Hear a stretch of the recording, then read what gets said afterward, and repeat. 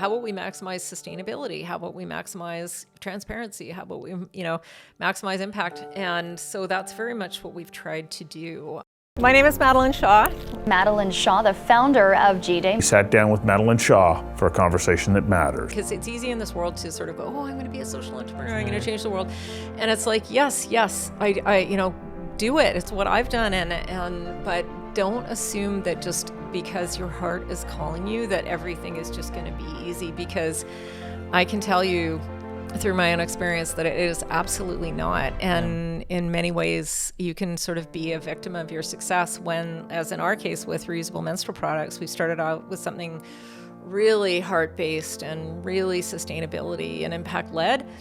And then if it turns into a big thing, you're not necessarily, it kind of opens Pandora's box, I guess is what I'm saying. Thank you so much, Madeleine, for coming on the show. Before I do ask my first question, I do have to say, in my personal journey and why I'm so honored to have this conversation is when I started off, I definitely came across your company. And a lot of my early years with everything that you've done was based off of everything that you guys were able to achieve. So it's an honor. It's sort of like that full circle moment for me to have this conversation with you. I guess to start us off, I wanted to talk about what you were like growing up. Curious to know what was like your very early days, like growing up. Oh, thanks, Sian, and thanks for your kind words about Lunapads/Isle, because you probably would have heard about it when it was still Lunapads before the rebrand. So thank you for that. And wow, so I grew up here on the unceded lands of the Musqueam, Squamish, and Tsleil-Waututh nations, and with a pretty high degree of privilege, I would say. I attended a private girls' school on the west side of Vancouver that I disliked intensely. Really? So I would say from kind of a hallmark from my earliest years was actually being kind of anti-authoritarian, and I resisted conformity, and I just I got kicked out of brownies. I ended up getting kicked out of my school.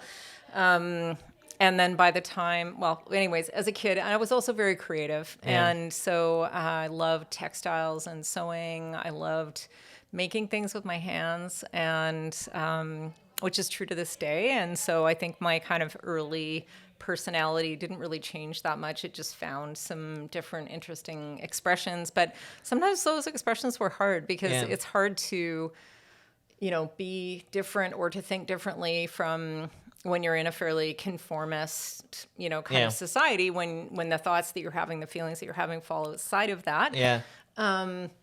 It can be hard, but it was always so irresistible to me to just certain ideas that I wanted to pursue, like feminism, and even today I'm going through a whole new revolution on that front, and that's super interesting. So in the world of sobriety, actually, and so it's really cool that I don't know, all of this, everything I've ever done kind of keeps repeating itself, but in a very positive way, I think.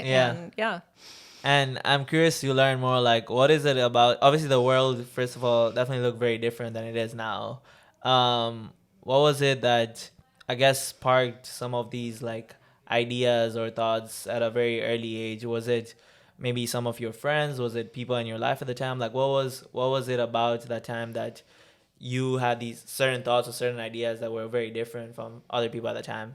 Yeah, and I honestly can't really even tell you where those things came from. Like, when I was growing up, I didn't know anybody who was an entrepreneur. Yeah. I didn't know anybody who was an artist. I didn't know, I didn't know anybody who was a political activist. Yeah. That was not my world. I just knew I wanted something else other than kind of where I was located.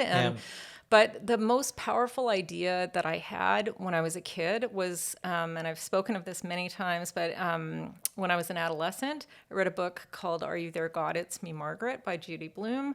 For folks who haven't read it, highly recommend it. It's a kind of coming of age story, and it's about these young girls in the United States, and they're super excited with the idea of growing up, of reaching puberty, of starting their periods, of wearing bras, of, Yeah. then this is for cisgender girls and specifically. And so their notion is, the idea of becoming an adult woman in their case is resonant and meaningful for their gender identity. And anyways, I was like that. And there was something about that idea that felt really powerful and special to me, and I was intrigued by it. And so I read all the books I could get, and I asked my mom lots of questions, and I was just really curious about like what was going to happen and what was this going to feel like, and to the point where I actually wanted there to be a celebration of it. And but that never happened, at least at that age for me. But I ended up creating a series based on that idea much, much later when I was 46, called G-Day, that became a national event series and a registered charity. So anyways, it's just interesting that I'm glad you're asking me about childhood, because I think in many ways we know our truest selves as when we're young, and then the world kind of gets in there and says, oh, but you should do, be more like this, or don't do that, or, don't make noise, or don't be weird, or whatever. And it's like, no, that weirdness is actually who I am. Exactly. And we need to amplify that and instead of kind of sidetracking it. And then as adults, we're like, we need to find ourselves. You know what I mean? Yeah. I know you obviously went to university. I think you were studying like fashion design, if I'm not mistaken. At university, I started off as an English major at Queen's, and fashion design came later. And my parents didn't like the idea of me being a fashion designer. And so I went to Queen's in Ontario in the kind of mid to late 80s. And one of the formative things that happened to me there is I took English literature, and I got into my, English 110 survey and, the classic canon of English literature, and looked at the syllabus. And there was not one single word had been written by a woman writer. And and for the whole year, for the whole thing. And I was like, how can this be? Yeah. Like, this is outrageous. Yeah. And so at that point, I mean, I was already coming around to feminist ideas through various experiences I'd had. And, but at that point, it was like one of those like boom moments of like, no, like I can't, I will not, this is not what I'm accepting as, reality, I guess. And so at that point, I went down the hall. I literally left class and went down the hall to what was then called the Women's Studies Department, and now would be called a Gender Studies Department, and signed up for a bunch of women writers, so I could read things written by women. Yeah. It was so ridiculous. Yeah. No, wow. And I know as when you were in university, you already started, exploring some of these ideas. You did like gender-based violence workshops, campaigns, protests. What is it in university that you do talk about this moment of like with like not having any women writers, but what are those experiences, or I guess what is it that influenced those you exploring and taking action of some of these ideas that you had in university? Yeah, well, I mean, it was definitely experiencing and witnessing gender-based violence and just really inappropriate sexual behavior, and there was so much alcohol-soaked, disgraceful, like even the songs that they would sing at football games and stuff were basically about gang rape, to be honest. Like, it was just the entire culture was built around this really toxic masculinity and just really horrible ideas about gender, sexuality, relationships, equality, and so on. And like, just as one example, in my one of the first days I arrived, it's called Frosh Week. And anyway, so they're kind of hazing the first year students, and all the girls were made to lie down in a muddy football field. And the football team, all these boys came out and did push-ups on top of us in this weird, like, mock rape kind of scenario. And I found it completely traumatizing. I'm just like, why? Yeah. What is this for? It was clearly to intimidate us and, just make us feel scared. And I'm like, I don't want to feel scared. Why? I should feel welcome here. I should feel safe. And so it was really a pushback. Like, it wasn't like, oh, I feel so inspired by feminism. It's like, I'm angry. Yeah. I don't want to be treated like this. I don't want to go to English, whatever 110 classic English literature courses for an entire year and not read anything written by anybody other than a cis male writer. Yeah. Like, that's just not right. Yeah, a lot of people, and even up to today, like some of these things you see, right? And you do have these personal experiences, but a lot of the times when you do go through these personal experiences, obviously everyone deals with stuff differently. Um, but I'm sure there was something about you that was like, you said you were angry and you didn't want to take action, right? I'm curious to learn more. How do you go from taking that feeling or emotion to actually working towards bringing some sort of change? Like, what is it that you did? Yeah, I mean, okay. Well, the question you just asked me is essentially, what is leadership? Yeah. Like, how do you Yeah. go from that like moment to like, here's the thing? And I guess for me, it just goes back to creativity and also just having this really rebellious like spirit, but also just to go back to the social privilege part. Like, there really were not going to be too many repercussions for me as a straight white settler, Canadian in a very historically, colonial university. To be speaking out against that power it would have been much more of a stretch for somebody who was not with those layers of privilege that I was carrying. And even though I wouldn't have been able to say that at the time or really had words for it, I knew it. I felt it. And I was like, nobody was gonna really stand in my way. I knew that. And also just the community, like there at the time. So there were another thing that was really influential for me is I had a lot of good friends who were interested and active in the anti-apartheid movement.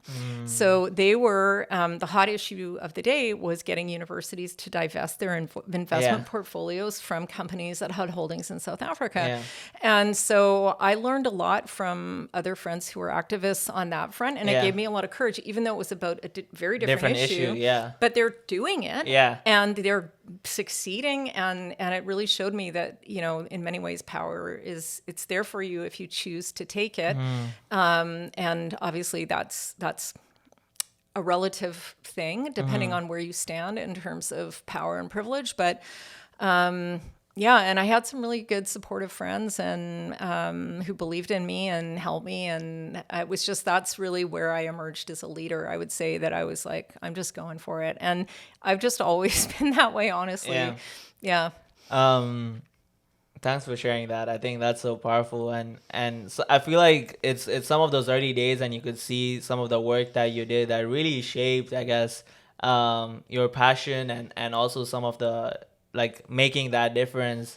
And at that time, it may have been at like a university level. But everything that you've gone on to do after that, I could definitely see that, and it all kind of makes sense now. Obviously, I know. So you did eventually like explore career in like fashion design, and you also were sewing on the side, you mentioned. At what point did you, I guess, start exploring this idea of doing menstrual products? I know you used to sew initially just for yourself. But yeah, talk to me more about that.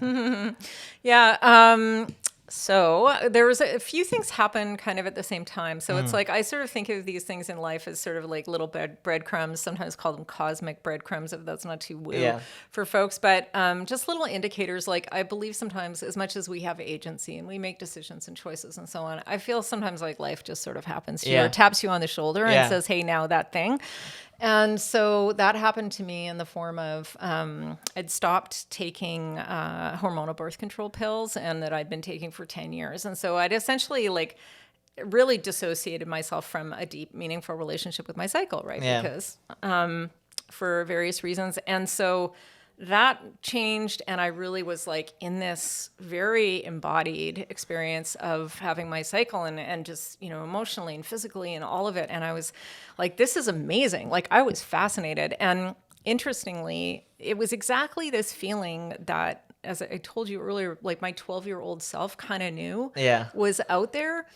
And would be special and amazing and interesting and cool. And then, society got its hooks in me and was like, no, your body's to be commodified for male pleasure, and we need to make sure you don't get pregnant, and just being socialized that way. And anyways, so I was feeling pretty liberated anyways on that front. And I think I'd broken up with a partner, and I'd actually gotten fired from a job that I had very unfairly, and I was angry about that. And all these things just happened, and I was already making all these things for people, but not charging money. Like I just do it for whatever. I was like, sure, I'll make your wedding dress. Sure, I'll make your whatever thing.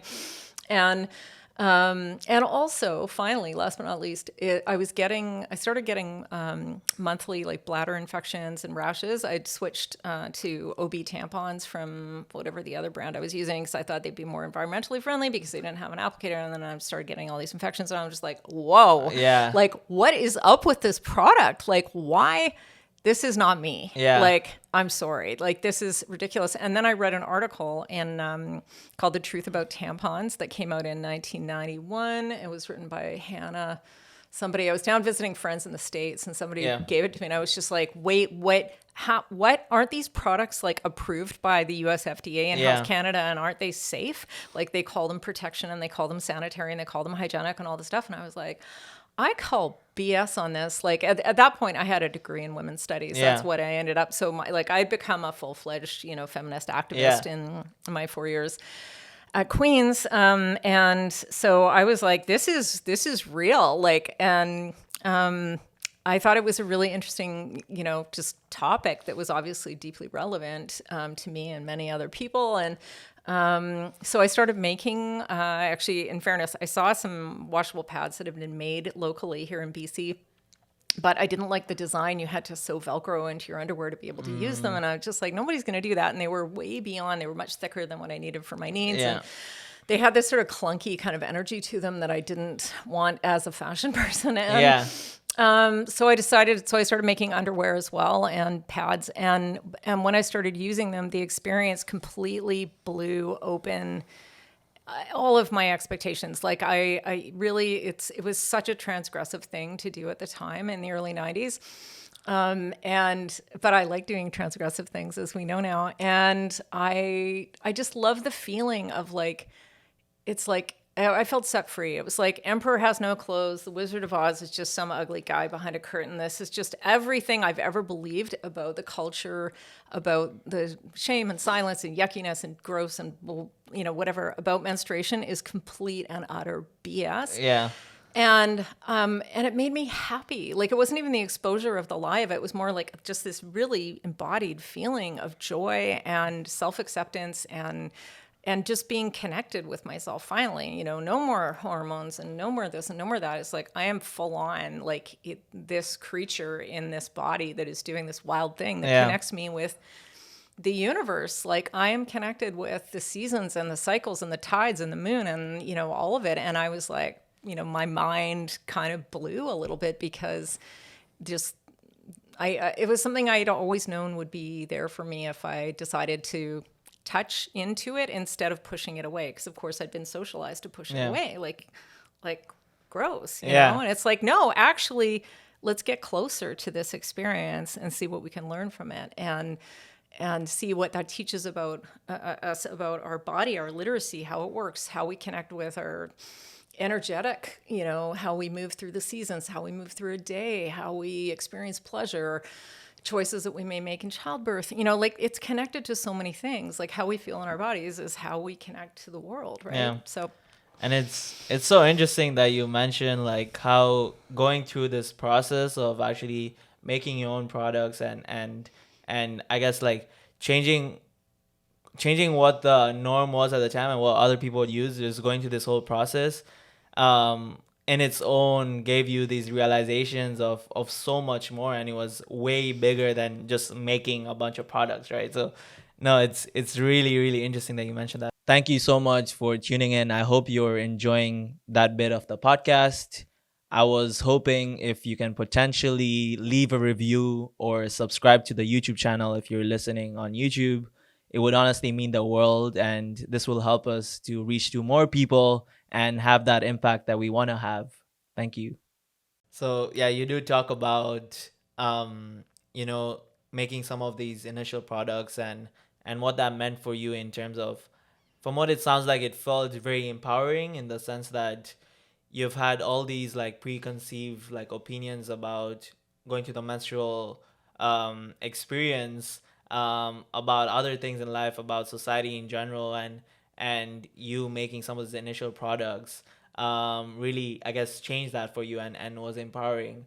I'm curious to learn from that point of even making some of those initial products. How did you come up with like designs and like what was like? Yes, you did try out like other designs, you said, and they weren't the most ideal. But how did you come up with like what was? I'm curious to learn more about the nitty gritty of that initial like first design process. Yeah. And no, thanks for asking. And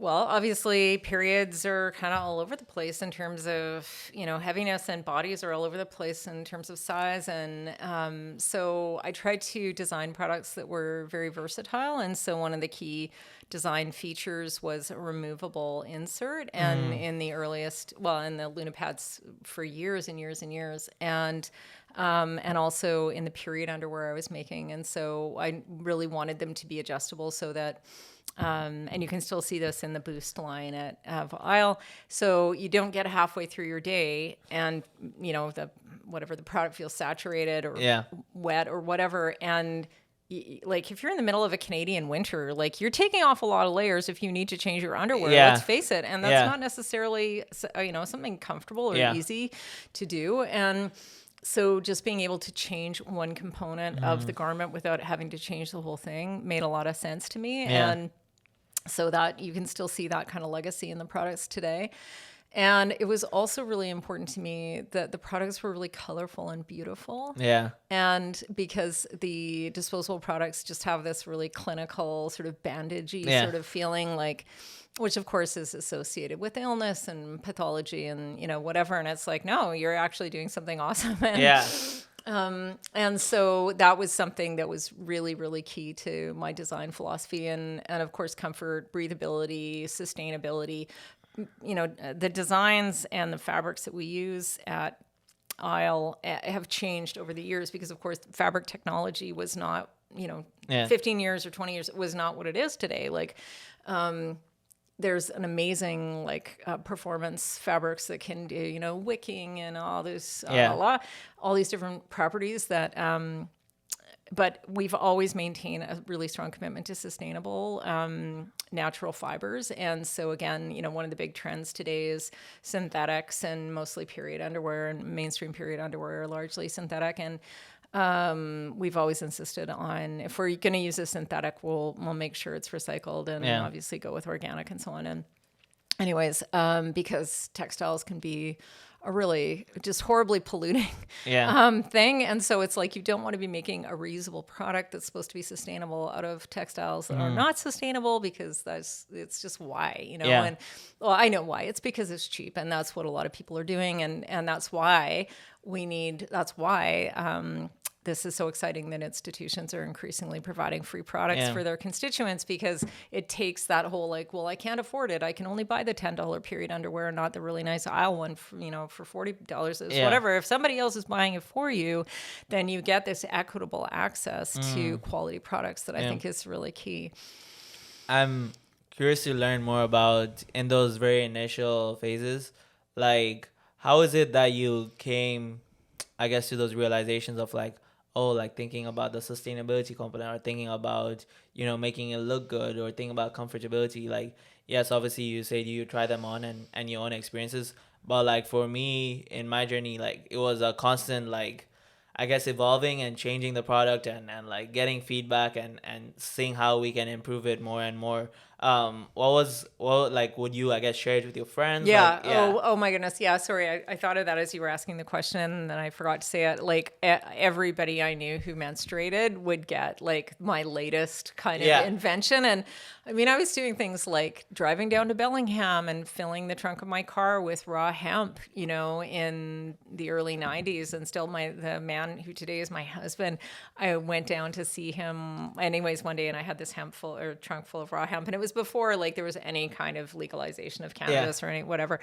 Anyways, and I was taking that across the border because I wanted to experiment with, making an actual absorbent pad. And anyways, I've tried, I don't even know how many different designs. And but ultimately landed on a fairly standardized, like the way if you buy a disposable product, there's a liner, there's mini size, maxi, long, whatever. It's very similar, so that someone can go from whatever their product of choice was before, and go, oh well, this was a maxi pad, so I'm going to buy a maxi pad, and be able to experience the same kind of approximate size. Although the absorbency now of our products far exceeds that of disposables, I'm proud to say. And what was like people's initial feedback? Like, I'm assuming at the time, I guess reusable products weren't as common as they are now. Like, what was like people's reactions? Like, how would you be able to convince them, like, try this? Like what were those initial reactions? Yeah, I mean, to be honest, a lot of the initial reactions were super negative, like gross or ew were pretty common responses that people had. And like right from the get-go, even though that kind of frustrated me, like I realized I had an epiphany that was based on, a whole bunch of stuff and education I had around feminism and that, you're coming up against like a brick wall of socialization around menstruation, that it's portrayed to be a certain way. It's a problem to be fixed. It's a mess to be cleaned up. This very, very negative shame based. So going, hey, you should wash your own pads. It's going to feel, you're going to love this. Like people, like it's very understandable for people to kind of freak out. Yeah. But there were a lot of people, I'm known to be quite persuasive, and that people wanting to feel better about their bodies, and even then wanting to make better choices that were healthier. We'd just come out of the toxic shock syndrome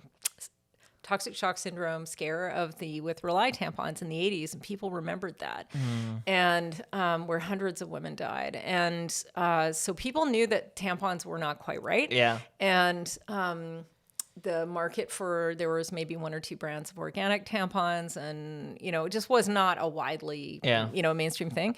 So there was a lot of ooh, gross, but there was also a lot of curiosity. And I would say that the conversation around like sex positive education and body positivity and stuff was also gaining ground. And so people who were just generally curious about their bodies and curious about their, intimacy, sex toys, whatever, like all of that was starting to happen. And so it wasn't so it was fringe for sure. Yeah.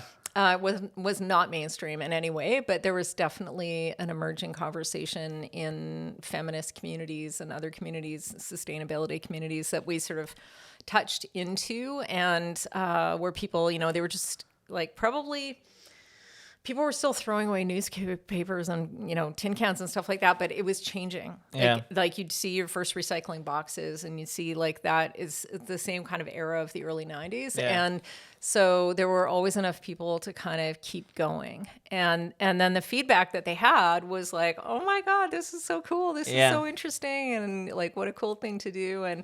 And some people had experiences similar to mine of like that really epiphany kind of like, oh my God, I feel liberated. And for other people, it was just very practical. They didn't want to spend all this money on throwing things away or whatever. Or you discover that other people are having huge allergy, reactions to, especially Always products. Just came up again and again and again, people getting rashes from using Always pads. So there were always like these niche, and natural birth advocates, or not, natural is not a good word for it, but people empowered birth advocates, I would say. So, the rise of midwives and doulas and people, supporting birthing bodies in feeling empowered. And so anyways, there's sort of a continuum between all those things. Yeah. No, fair. I mean, it's just very interesting to hear like what I guess society was like at the time and some of those initial reactions. Cause I can't imagine that. Like, I don't know. I feel like, cause when I started off only like 5 years ago, in East Africa, like, yes, I did have those reactions, but still people didn't know what like reusable products were like, and I had like precedent of people that have done it before and people using it before, but for you it was like a first time sort of coming up with this new idea and putting it out there. So it's just interesting to hear that story. I'm curious to learn how you went from, I guess, initially, sewing this for I would say some sort of like you found this exploration. How did you go from that to making it like an actual like commercialized like business? Was that something that I guess you always envisioned, like saw it as that, or was it something you just kept doing and you saw like a business opportunity to this as well?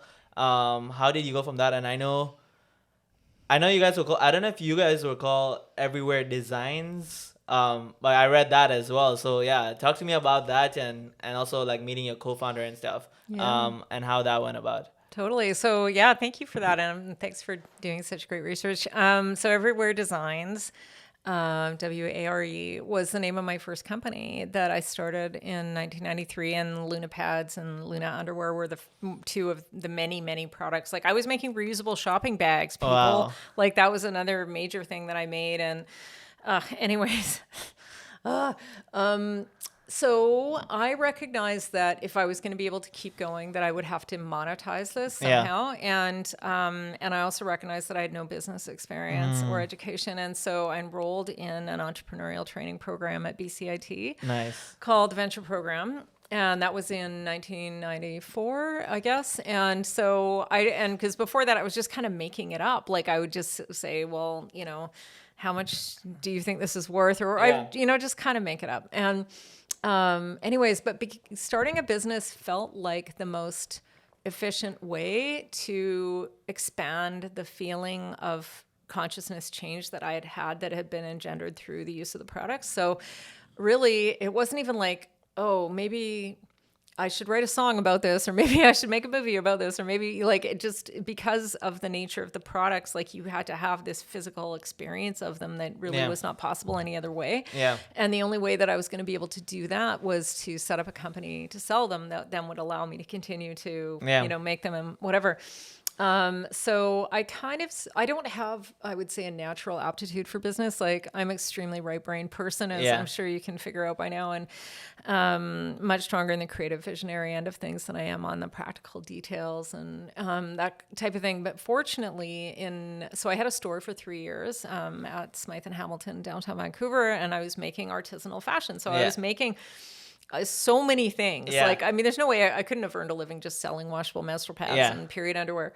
But what happened there is there was the previous owners of that business, the garment manufacturing business, were making the pads for me because it outstripped my ability Yeah. to be able to make enough of them myself. Yeah. And they had the proper, industrial machines to make them quickly and so on.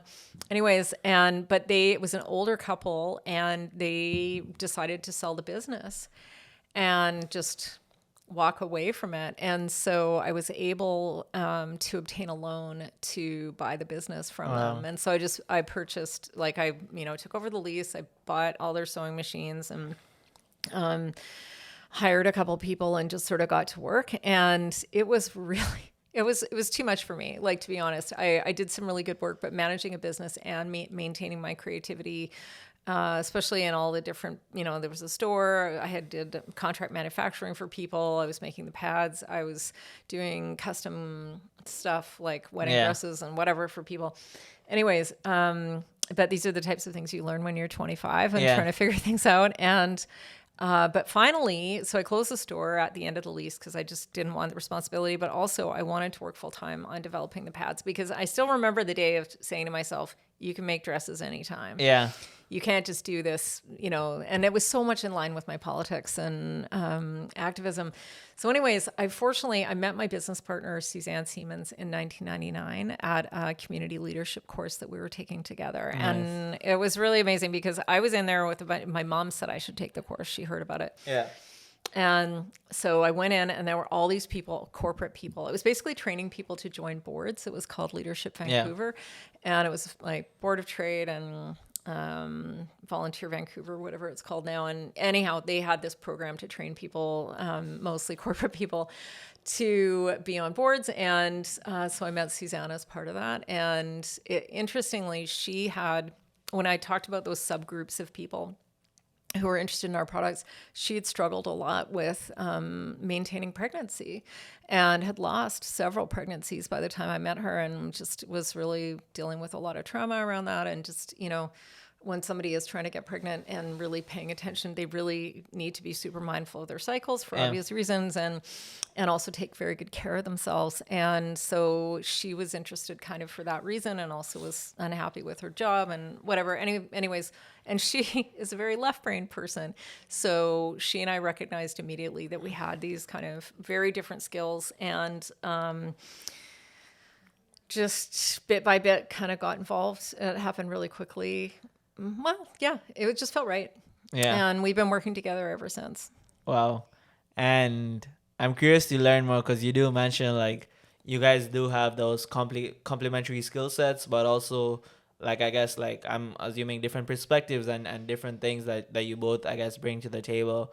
What is your relationship been like since then? And especially in those early days, what was that like? Like, how did you identify that? Well, I mean, I developed the products, so that was sort of the obvious part of it, and sales and marketing and that type of thing. And she really brought a lot of rigor and discipline with things like costing and financial projections. And we were also looking to raise money at the time, and so being able to speak to investors and, you know, just keep everything together, like from a money perspective and so on. So that was really, it was very clear, and we just worked like, you know, essentially on those things. But one of the things that I've always appreciated the most about our relationship is that it is extremely collaborative. It's not just like, okay, you do that thing and I'll do this thing. Yeah. It's like we actually do a lot of things together.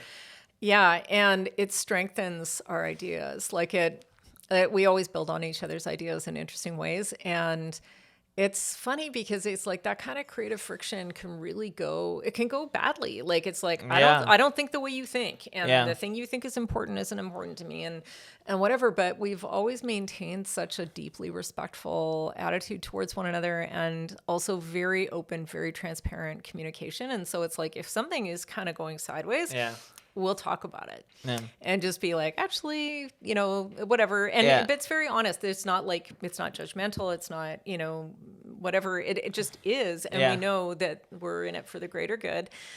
And so it's a really positive thing, because I think this idea that entrepreneurs sort of are these like magical beings who somehow, you know, are individually so, it's a toxic individualism culture that we're in, especially around tech entrepreneurship, I think, where it's like, it's one person and they've got the big vision and they make it all happen and whatever, and they raise the money and they no. And it's like, the reality is that those people are supported by legions of others, and that these people are not, you know, they're good at quite a few things probably, but nobody's good at everything. Like, why? I don't know why we're so loath to admit that. Yeah. No, I completely agree with you. I think, like, there's no one does it alone. Like, you definitely either have a team, or it's like, it's always a collective and a community per se, even that gets people to where they are. And I think there's so much power in what you say in terms of your relationship with her, and being super open and honest with each other when you do have disagreements, but at the end of the day, you're working collectively and collaboratively for like the greater good, which pun intended. But yeah, no, that's powerful. Just a quick one. If you see value in this conversation, I want to take this further and introduce you our weekly newsletter. The goal of the newsletter is to provide resources, opportunities, and show you guys some of the behind the scenes stuff that we have. So if this is of your interest and you want to gain more value from the podcast, I recommend using the link in the description to subscribe to our newsletter. Thank you. We did talk about, obviously, you met Suzanne at this at an event, and you guys got together, and you're like, now you decide to work together. You guys were raising funds, you mentioned. How did you go from that point at the very initial stages? What you call Luna Pads at the time, or were you still with initial? The products were called Luna Pads. Okay. And so when we sold, so there was the original company, as you know, Everywhere Designs was sold into, like, that was a proprietorship, and we sold it and created an incorporated entity called Luna Pads International. And so that became and at that time we took in a very, very modest amount of investor capital from Renewal Partners. You might be familiar with Carol Newell or Joel Solomon, and anyways, they're local impact investors, and who to this day remain as shareholders. And so they came in with a very it was helpful, and that helped us get some funding from an entity that was then called Van City Capital, and as debt financing. And so so we had a kind of a chunk of money to get us going, but nothing like, we're talking six figures here. We're not talking like the kind of multi-million. that you see. No. Like single digit six figures here, friends. Like, And from that point, I guess now you do have capital. Obviously, not as much as the numbers that you see these days, but I guess how do you go from that point to scaling? Where is your focus mostly, like in the Vancouver region, in BC, or like how did you really scale from that point, and what was the vision at the time when you were at that point? So I mean, when you say at that point, I'm not sure, like at the time that Suzanne and I met.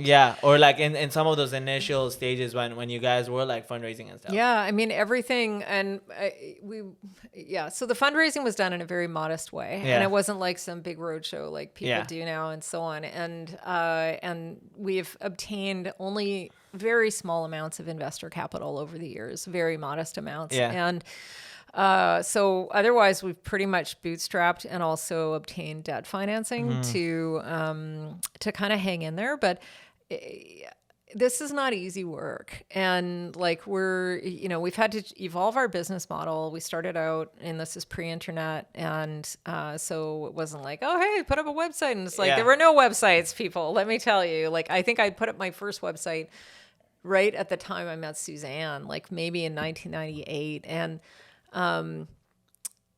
anyhow, so that was not a viable way to scale a business. And so, but what we did is we'd go to trade shows, like natural products trade shows, and try and sell our products to distribution companies who would then sell to health food retailers. And fortunately, the health food space was really growing, or naturals generally, as it's called. And so you're seeing the early days of companies like Wild Oats, which was ultimately acquired by Whole Foods, and, various chains, Capers locally.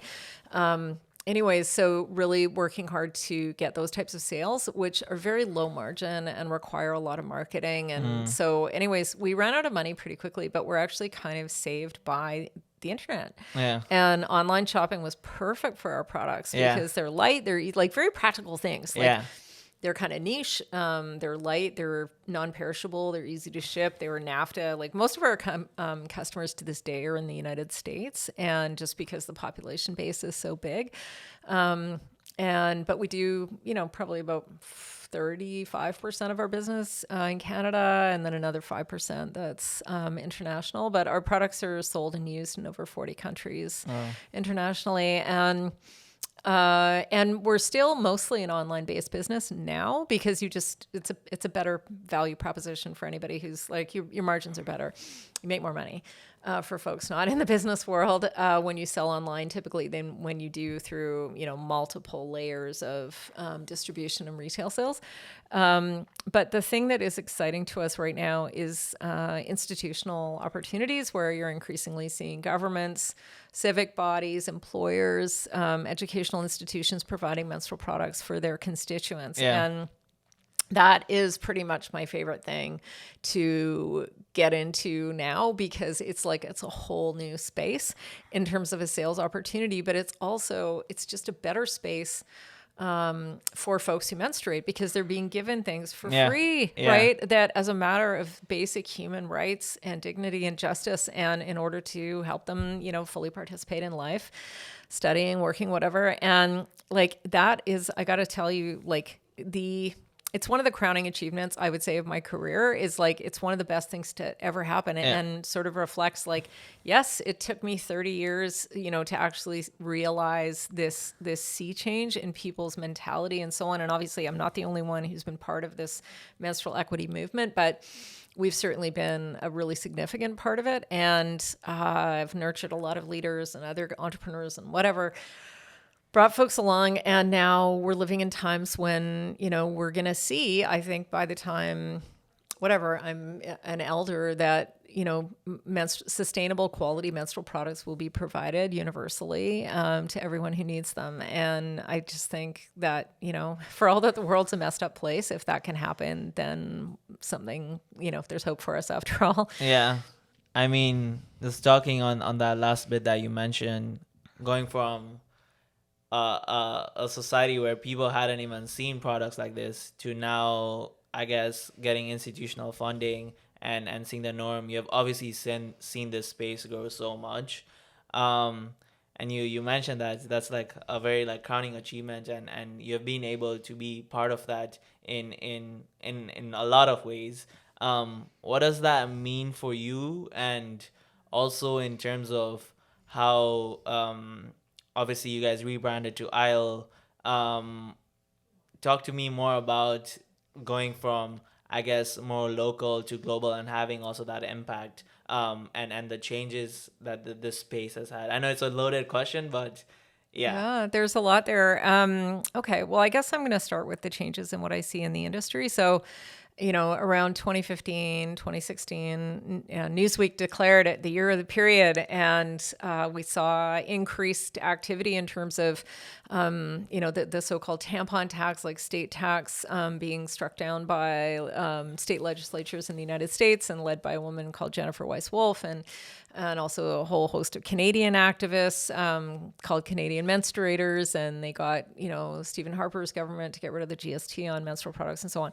So all of these are kind of harbingers of where this is going, and of course a ton of activity in the global South, and so people realizing that there's a really strong tie to, students having access to menstrual products and their educational outcomes and their kind of lifetime trajectory outcomes and so on, and a lot of attention. And that's another issue that we've been very deeply involved in. But on the commercial end of things, I'm sorry to say it, but mainstream capitalism has kind of come into our space. And so you're seeing, like, in addition to amazing product innovation and diverse products and different people, with different ideas and approaches with, reusable in the space, kind of a race to the bottom in terms of quality and price. And so this is why this institutional access to products is really important, because if it's just on the commercial marketplace, the D2C kind of online marketplace, the products are just going to get cheaper and cheaper and cheaper because that's what we want. Yeah. Right? People just want cheap stuff. Yeah. But then you fall into the trap of kind of a fast fashion approach to manufacturing. Yeah. And so you're getting things where, you've got, if you search period underwear on Amazon right now, you're going to get over 2,000 results, right? Wow. And a lot of those products are really cheap. They're made of virgin polyester. There's no transparency in terms of supply chain, labor standards, anything, product testing, PFAS chemicals, whatever, nothing. And these are products that are being, held against a very intimate part of the body that's it's kind of like your mouth, honestly. Like, it's like you ingest whatever is, you need to be careful. And so a lot of these products are just, it's the Wild West. Like, honestly, it's kind of like the new Klondike. I don't know, periods are this wild world from a business perspective. So not everybody on who is saying, our products are sustainable and because they're reusable, it's like they're not tested. They're not doing life cycle analysis of their products. They're not really actually making transparent or verifiable claims and about any of those things. So I think that's a drag for consumers. It's a drag for workers. And what we really need to do to fix the situation is, because of course, lots of people can't afford, $40, $50 pairs of, certified organic cotton, whatever. Period underwear, what we need to do is get governments and employers and educational institutions to buy them for them. Like, that's the thing that needs to change. Yeah. And the other thing that, and before it would have been like, well, you need to give us, a discount, you're a small business, you're struggling. We want to pay our team members fairly. Like, we want to, we want to do things in a good way. And so it used to really kind of grind me a little bit that, like, we'd be asked for so much and then expected to maintain like super high standards of sustainability and human rights and all those things. So anyways, So what I see now is kind of the right thing happening, which is institutions procuring sustainable products like aisle products and giving them for free to their students, to their team members, and so on. So it just takes away this whole stress of the race to the bottom, Yeah. and increases access for people who need it. Yeah. No, that's powerful, and I think we were talking about this earlier as well. I think that's definitely like the way to go, and I'm curious to like, I guess, like hear more about your reaction when you see, you know, some of these things, and you talk about the like capitalism and the space and how it's evolving. Like I feel like one thing I really look up to your company for is you guys are certified B Corp. You've taken the time to really, I guess, put in the work in terms of that sustainability aspect and those claims that you make, right? And more importantly, you also have that impact globally, right? I know you guys did a lot of stuff with like Afri pads, and that's how I even learned about Luna pads initially, and even the work that you do in terms of like education and creating more inclusive products. Obviously, you guys rebranded to Out. So talk to me more about like that, and also what that like impact means to you. Obviously, you've like changed so many lives around the world. Like what does that mean for you, I guess? Well, thanks for all of that. So yeah, so as you have so thoughtfully teased out in this conversation, like the whole point of Isle and Lunapads has been social change and impact. Like that's the whole thing. That's what we're in this for. And being a B Corp, for folks, listeners who are new to that idea, it's short for B Corporation, and you can learn more at bcorporation.net. And it basically, it's a for-profit company that undertakes a 360-degree assessment of all of its social and environmental impacts. Yeah. And so it's very intense. It's not easy to do. And you're scored, based on a minimum score, which is very high. I think it's 80 out of 150 or something. Yeah. Anyways, you are able to literally change your articles of incorporation to ensure that a kind of pledge that whoever owns the company, whatever happens in the future, that the company will continue to uphold these super, super high standards. And then you are audited, and it's very rigorous. It's kind of like, I don't know what an equivalent is. It's sort of anti-greenwashing, basically. It's like It's like anybody who just says, "Oh, hey, like we're green, we're cool." It's or whatever. B Corp really makes you sort of walk the talk, and so, but with respect to impact, like it's in my book, the last chapter is called Radiance, and it's kind of a different take on the concept of scale.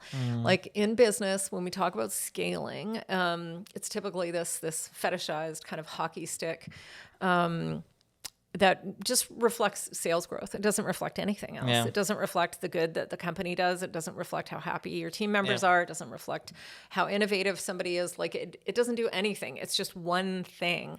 And what I'm trying to posit with Radiance is that I think we need to be looking more like a fuller spectrum of impact and not just growth, because in many ways it's growth for growth's sake. It's like there are a lot of companies out there that don't need to get bigger, and that we don't want them to get bigger, and but we're obsessed in this way that I think is really unhealthy and even very destructive, and it's certainly been very harmful for us as well. Like the assumption that bigger and more are better is not always true, or it's true when it comes to impact, I would say. And but when you're a for-profit company, like that's not what it's designed for. And that's why we need mechanisms like B Corp to sort of try and layer in that, taking something beyond a purely capitalist, maximize profit, maximize shareholder value, whatever the traditional tenets of capitalism, to go, hey, how about we maximize sustainability? How about we maximize transparency? How about we,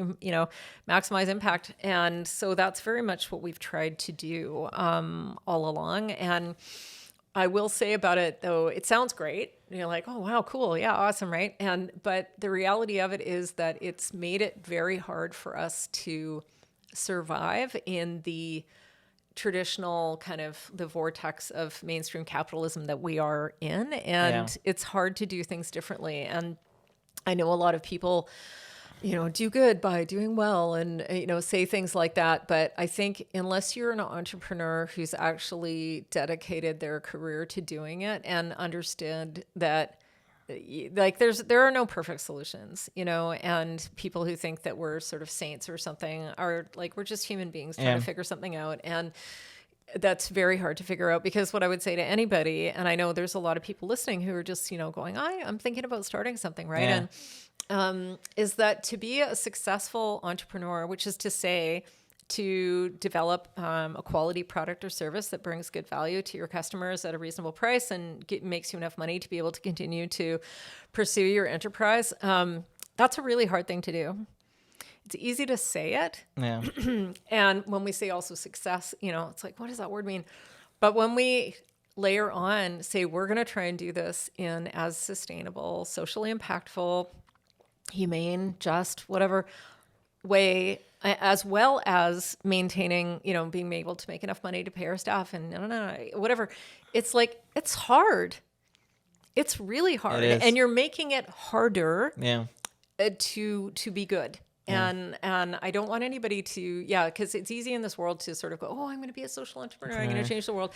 And it's like, yes, I do it. It's what I've done. But don't assume that just because your heart is calling you that everything is just going to be easy, because I can tell you through my own experience that it is absolutely not. And in many ways, you can sort of be a victim of your success when, as in our case with reusable menstrual products, we started out with something really heart-based and really sustainability and impact-led. And then if it turns into a big thing, you're not necessarily, it kind of opens Pandora's box, I guess is what I'm saying. And which can, for better or for worse, right? Like there are companies out there who've created products that have reached people that we never would have been able to reach. And, but on the other side of that is there's also a lot of products that are absolute garbage and are embarrassing to me and I feel sad about. And, so it's this strange duality that we're in. Yeah, no, that's so powerfully well put. Like, you couldn't have said it better. And as you mentioned, like, sometimes maybe like you will open that box and you also mentioned like, you make all these claims and it's hard to keep up with that, right? So I definitely agree with you. You did mention your book, The Greater Good. I'm curious to learn more about that. I know we don't have enough time to talk about the whole book, but just if you could quickly just give us a quick summary and your goal with the book and just would love to learn more. Cool. Yeah, so the full title of the book is called The Greater Good, Social Entrepreneurship for Everyday People Who Want to Change the World, which is a very long title.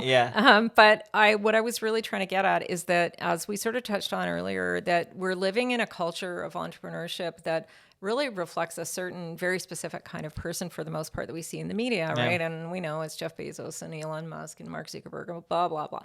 And they're unicorns and they're blowing things up and disrupting things in Silicon Valley and they're raising all this money and they're, whatever. And in my world, in my 30 years experience in this space, most of the people I've met who are entrepreneurs don't look like those guys and are not looking for those business models, and not like, there are things that are smaller, that are more sustainable, that are sort of more reasonable, that are more real, if you will. Because one of the interesting things about unicorns is they're actually not real.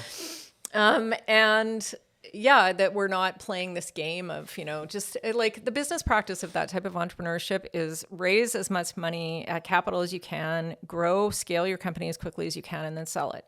And that is what they're doing. They're not starting off going, hey, I'm building this product I really believe in, and this service I think is really valuable or whatever, and I'm excited about it, and this is a creative thing for me and an expression of me as a person, whatever. So The Greater Good was meant to offer a far more inclusive look and far more down to earth, like, of just the practice of social entrepreneurship by telling stories about a lot of different people who are engaged and why, like, the questions you asked me is like, why did you start this? Like, what is in it for you? Like, what's calling you here? And looking at some of the challenges that they've had. And so it's kind of interwoven, like, it's a memoir. So it's my 30 years of like, what have I done and what happened next? where did that idea come from, and so on, and then pulling out lessons from that, pulling out lessons from my peers, other people, and then giving people like the basics. Is like, if you do want to start an enterprise, like this is a business model canvas, and this is what you need to think about in terms of raising money, and this is what you need to do for marketing, and the basics. But it's all beneath it all, it's very personal and it's very human. And I would say that that's where it kind of different. Like most business books about entrepreneurship are just about that kind of bigger, better, faster, more, blow it up. And this is kind of the antithesis of good to great. It's more like go inside, find out what's going on with you here. Because often a lot of people, when I say everyday people, I mean people who literally are people who fall outside of this, white, colonial, cisnormative kind of culture, heavily based in technology. And these people need to be able to tell different stories about themselves, right? If you're going to say, I'm an entrepreneur, or I have this idea, I have this vision, like that's really hard for a lot of people, right? And especially if they're coming from a background without, they don't have an MBA, I don't have, whatever, this idea of themselves and who they are, that they are able to be in this club, that they can say this thing about themselves. And so it was very much to present them with ideas and role models, so that they can find themselves in this paradigm and go, I can do this too. Yeah, I love that. I love that so much. I mean, I haven't read the book, but from what it sounds like, I'm definitely going to get one right after this. And I encourage everyone to get one. When I started off and over my last 5 years, changing the world has meant so many different things at different points, and the more I grow and see this world, my definition of changing the world has changed, and I'm sure a lot of people that are listening do want to quote unquote change the world. I guess to end, my question is, what advice would you have for that young person that's just starting out, to your past self that was like 25 and just starting out? What advice would you have for them, and tying that into what does like changing the world really even mean in your perspective? Okay. So the number one piece of advice I like to give people, well, number one, that story I told you about, that it's not easy. Okay. So there's no little magic formula I have for anybody. Like what you're undertaking, like if you want to change the world, you are talking about dismantling and recreating like huge, systemic, crazy, colonial, racist, like sexist, whatever, like brutal patriarchy, capitalism. Like these are like, oh my goodness. So these are big things, and never ever undervalue the contribution that even one person can make, because you never really fully understand what that impact. And somebody came up to me the other day. I was in California, and this woman came up to me, and she's like, "Hey, are you Madeleine?" And I was like, "What? How can this be? I'm in an airport in California." And she said, "I've been following your career for so long, and I just think you're so amazing. And we've never met, but I just wanted you to know that like I'm paying attention." And I was just like, what? Wow. How is this even possible? And I ran into her again in Vancouver. She comes up to me in the airport one more time. And she said, she goes, you touch people's lives in ways you don't even realize. And I was like, what just happened here? So, okay. So here's my number one piece of advice is, whatever your idea is, tell someone. Just tell someone. It doesn't cost you anything. It costs you nothing. And just tell the story, because that story of what you're trying to change and why is the thread that is going to pull you through this whole thing. And that story is going to change bits and pieces. It's going to whatever, but just you will have to do that. And I'm not talking about a pitch where you make a deck, and although that will be something you will probably do, but it's that basic thing of sharing, of kind of putting it out there, going, this is what I believe. This is my hypothesis. This is my theory. This is this thing that I want to create or build or whatever. And this is why, and see what's there, and tell it again and again and again and again, because it'll change everything. Like, this is how you're going to ask for help. It's how you're going to raise money. It's how you're going to find your business partner. It's how people are going to want to come and work for you. It's what's going to get you on the radio. It's what's going to get you on a podcast. It's like all of those things. And tapping super deep into the emotion behind it, and really being credible about it. Because this is not just a left brain exercise of like the bottom line. And this is, do you know how big this problem is, and da da da da, and whatever. Like, this is about touching people's hearts, because nothing else motivates people. And so that's what you've got to kind of locate and own, and find what is the truest part of that for you, and really understand that and tell people about it. Wow. You could have ended it on a better note. I mean, I can definitely say I've been one of those people that you have had an impact on. And I, from a very early age, without even knowing that I one day be having this conversation with you, looked up to you and followed like your company and everything that you guys have been able to achieve. And I think when I think about like legacy and impact and what you leave behind, I think, yeah, like, I don't know, that's what I aspire to be one day, and follow that path. And it's so nice to see that you have done that, and you have had that impact on so many people. Thank you so much. I wish we had like more time. I there's so much like we didn't even talk about, but this was so inspiring, and I really appreciate you sharing your story, and I'm very confident that a lot of people will take a lot away from this. So yeah, thank you so much. Awesome, Sian. Well, I'm honored to be here and having this conversation with you, and I'm thrilled by your leadership and just the things that you're creating, and for the menstruator, and other things that you're doing, with this. And so, yeah, let's keep going. Thank you.